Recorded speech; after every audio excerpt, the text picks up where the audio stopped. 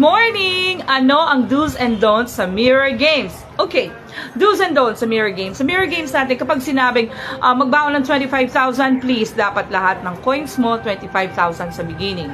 Do follow that.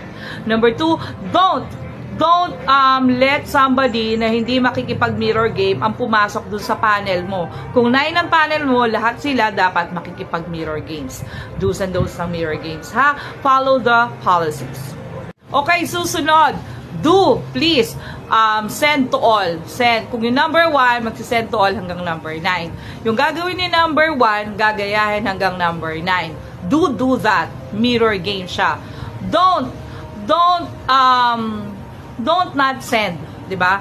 Kumbaga, natapos na yung lahat ng kasama mo, turn mo na, bigla kang aalis. Please don't do that. You will be kicked out of Bell Central kapag ginagawa mo lagi 'yan. Bad. Do's and don'ts. O, mirror games pa rin, ha. Follow kung anong instructions. Kung sinabing in-between trading, iba ang in-between trading mirror games sa ubusan ng lahi mirror games. So, it is going to be, do follow your leader. Kung sino si number 1, siya usually ang leader. Kasi sa kanya magkakaroon ng activity. Remember, lahat ng mga matatanggap na mga trading within that party live, merong komisyon ang number 1. So, do follow number 1.